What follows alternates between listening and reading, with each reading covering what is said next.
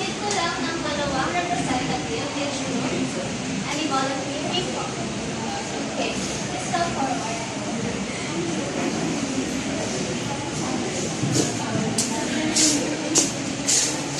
Ready?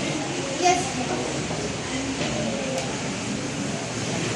The category is about the Philippine history.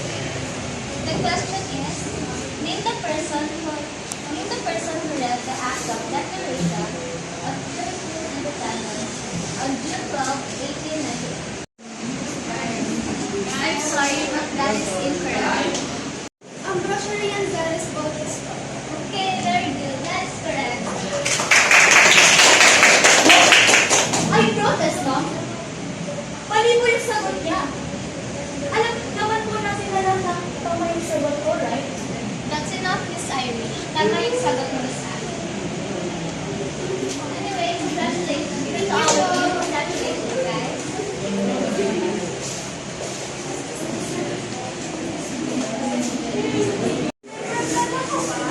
Ano?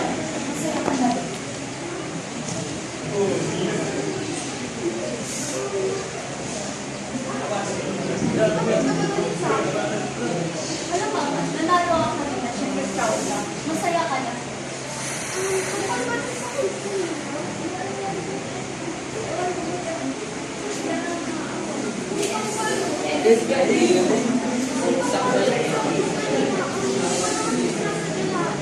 Hindi mo alam yung sagot, diba?